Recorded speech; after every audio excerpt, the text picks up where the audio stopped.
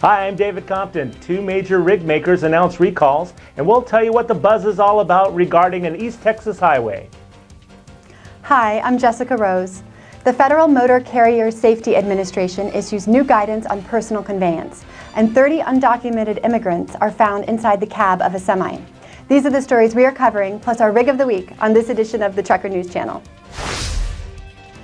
Two big rig makers announced recalls. Both Navstar and Daimler have just announced recalls of their trucks. Navstar claims they have an issue with the driver and passenger seatbelt D-ring bolts breaking during a crash, and that would increase the risk of injury. This problem affects several of the international models, and Navstar dealers will replace the D-ring bolts free of charge. You can contact Navstar customer service for more info. Also, Daimler Trucks North America are recalling their 2018 and 19 Freightliner Cascadia tractors, saying that fasteners that secure the airbag to the steering wheel may not have been installed properly. Owners can also contact Daimler customer service for more details there. The U.S. Department of Transportation's Federal Motor Carrier Safety Administration made good on its promise to issue new guidance clarifying the 150 air miles hours of service agricultural commodity exemption and provided additional explanatory detail of the personal conveyance provision.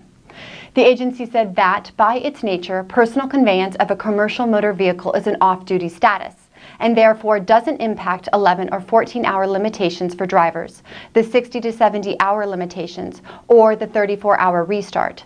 The agency agreed that the truck's movement from a shipper or receiver to the nearest safe resting area may be considered as personal conveyance, regardless of whether the driver exhausted his or her hours of service, and as long as the CMV is being moved only to let the driver get to a safe place to take the required hours of rest. The agency also recommended that the driver note in the log if he or she can't park at the nearest location, and then must find a location that does have a parking space. We'll be right back after this message. At Melton Truck Lines, you'll get the respect you deserve. We give our drivers the total package. With top pay, state-of-the-art equipment, and great benefits. We welcome the opportunity to have you join the Melton family. The time is now. If you happen to be near Loop 286 near the old Clarksville Road intersection in Paris, Texas the other day, you know things were really buzzing there.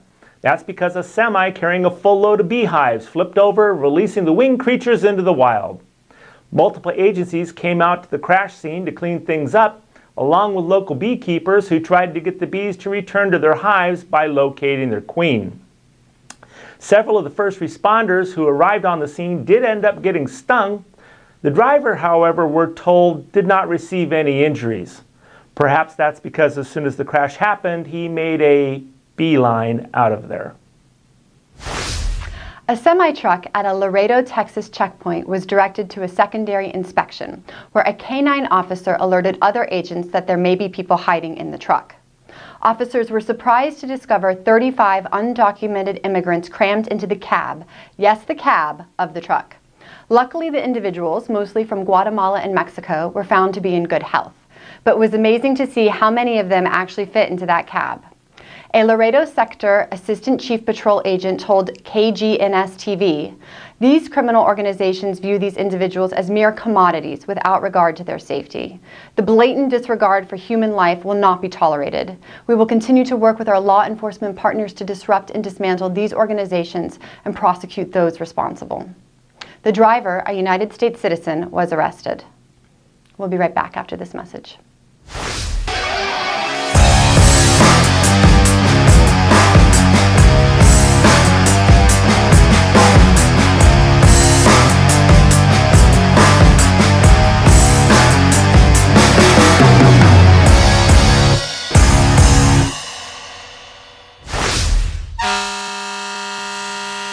Move over, Tesla. This week's Rig of the Week goes to Freightliner and their e-Cascadia fully electrified commercial vehicle.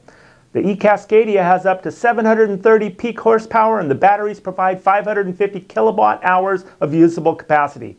That means a range of up to 250 miles and the ability to charge back up to 80% in about 90 minutes.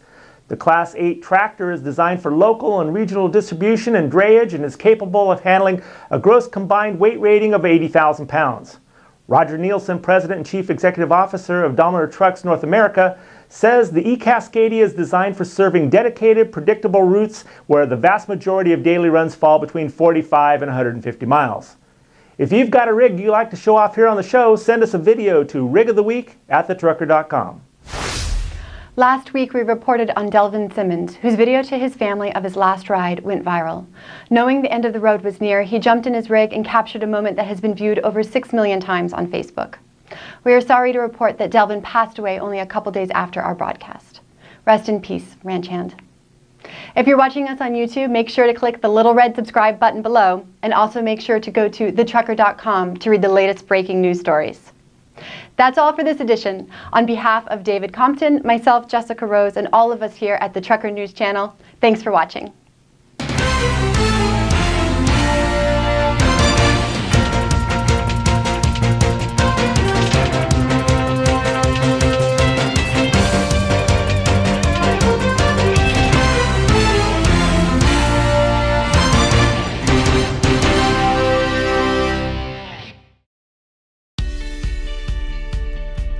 I know it's only my first month, but I could really get used to this.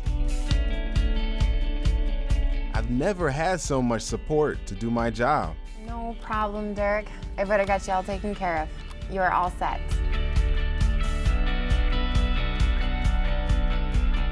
Hey honey, I'll be home for dinner tonight, just like we planned. Fueled by freedom. CRST dedicated.